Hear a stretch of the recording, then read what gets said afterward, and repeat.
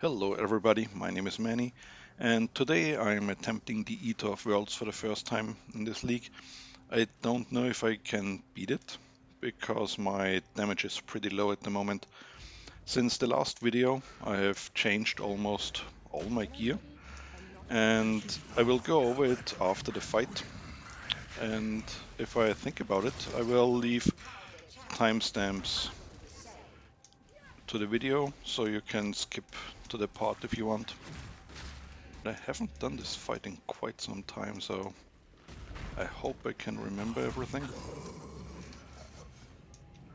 My specters have changed as well, because my flame sentinels started dying.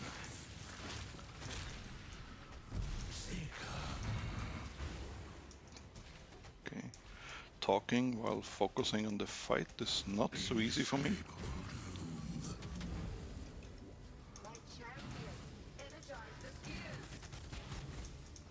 So I will just keep a little bit more quiet this fight, because if I have a chance I would really like to kill it.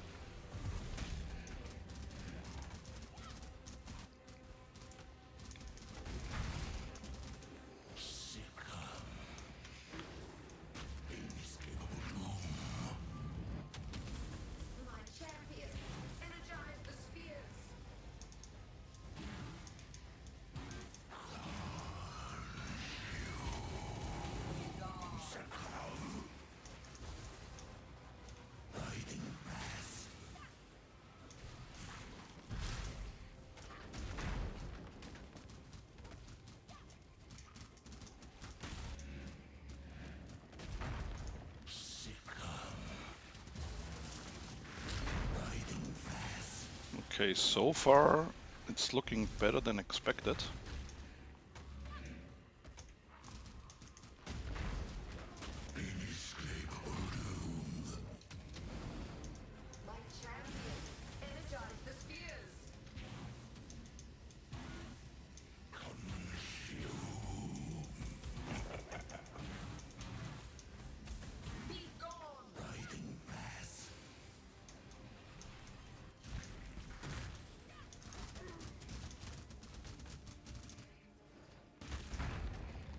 But as you can see, it takes quite some time to kill the Eater of Worlds. But nice, it's down.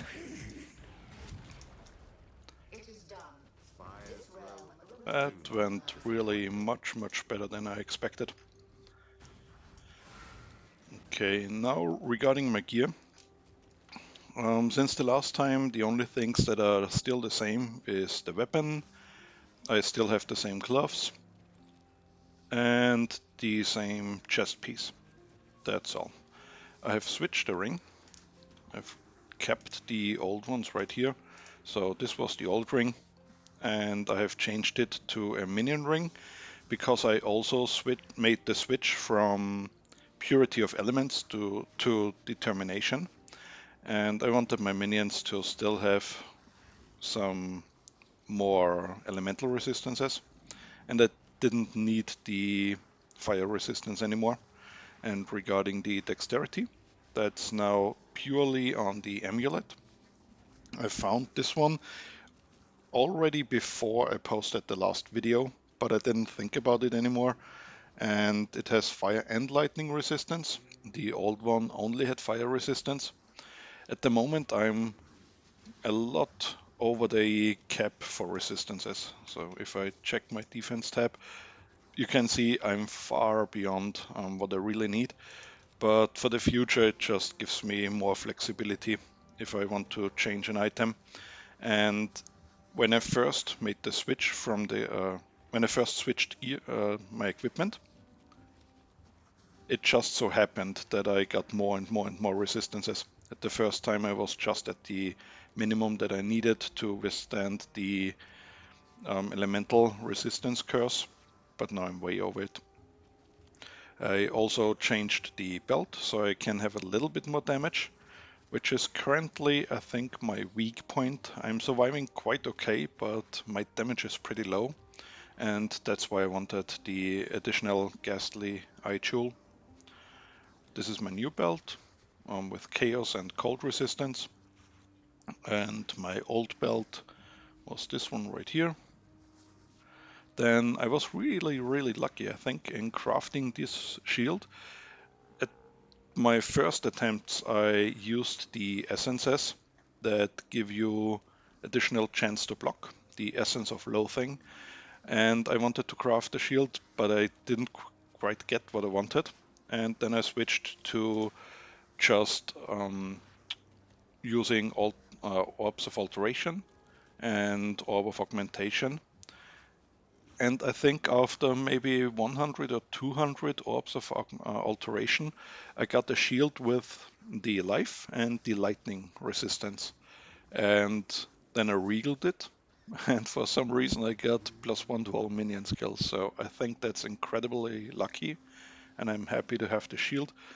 Then I crafted the chance to block, because I want to keep my block chance high, and I also have the mastery that gives me 1% chance to block attack damage per 5% block chance on my shield. So I really wanted to get it at least above 25, and this shield only has a 22% block base value.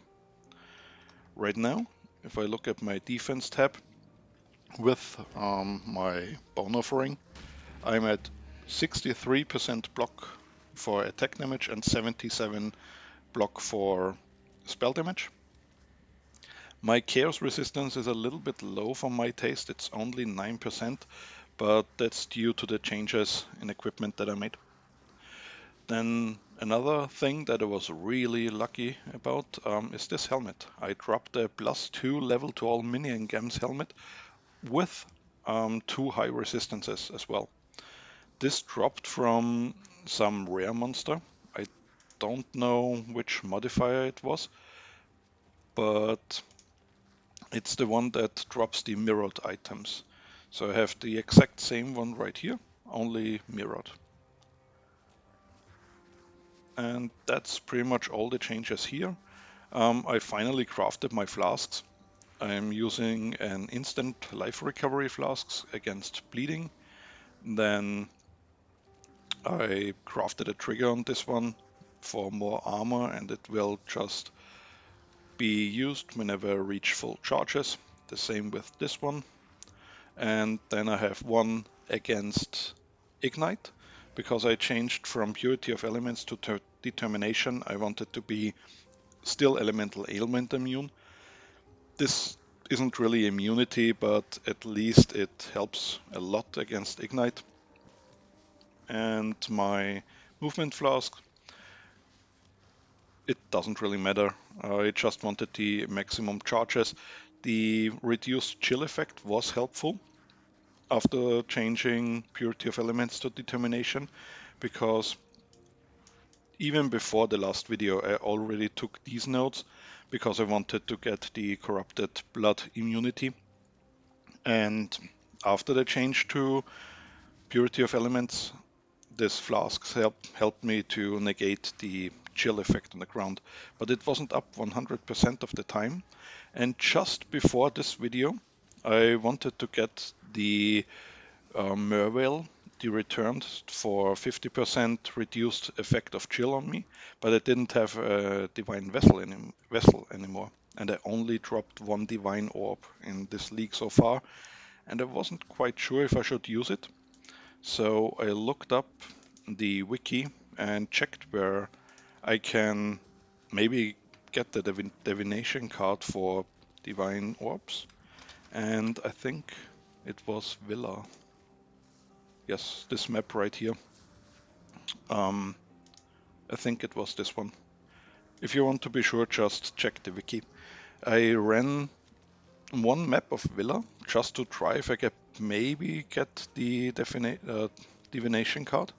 But instead of a divination card, I just got another divine vessel dropped. So I think that was really lucky.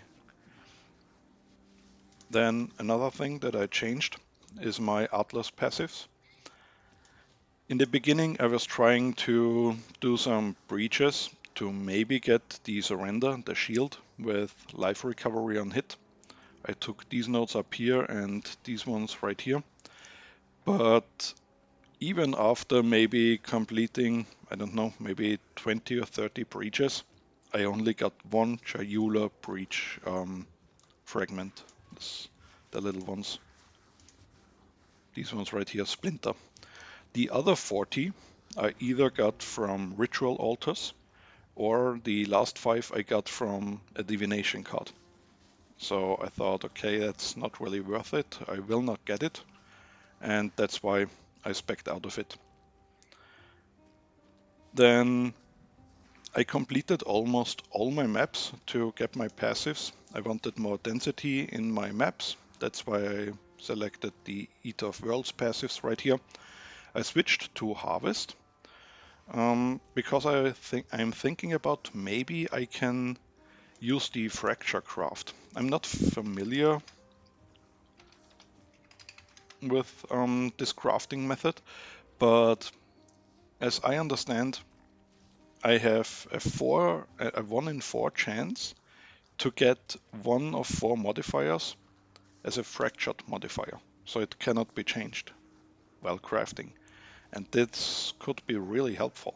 Whenever I get a good affix on one of my items, I will just save it for now, and maybe at some point I have enough life force to try to fracture a good modifier.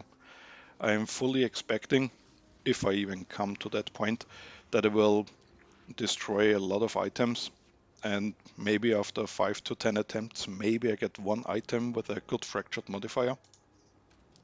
But that's my current train of thought that I may be doing.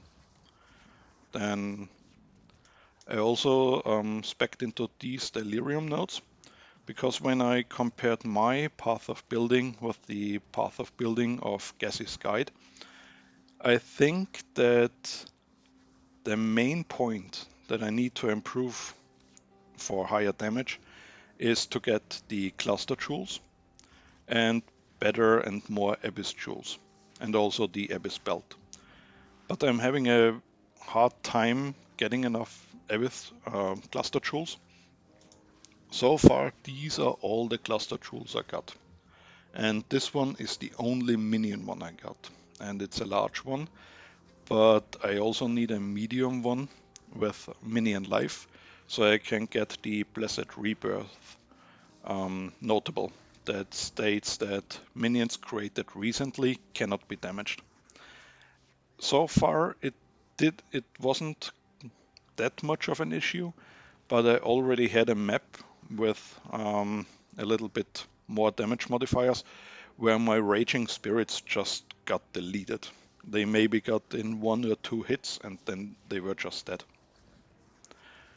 It is possible, now that I think about it, maybe it was the Lake of Kalandra that I attempted, because I tried to get the third Exile option unlocked for the Lake of Kalandra, and therefore you need to finish a Beyond encounter at difficulty 10 or higher.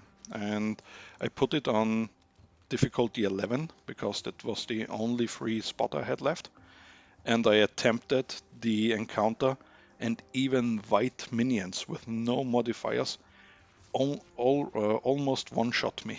I was so weak, and 20 of my Raging Spirits with the single target setup that I have now with elemental damage, Unleash, Immolate, Multi-Strike, took maybe 20 seconds to kill one little white mob.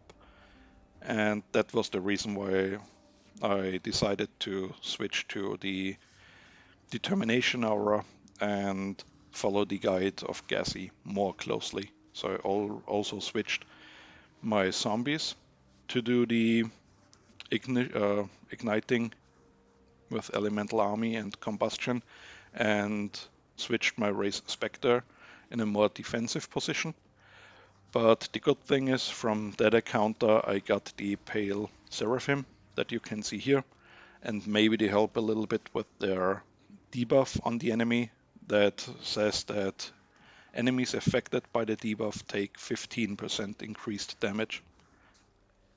And they also survive much longer now.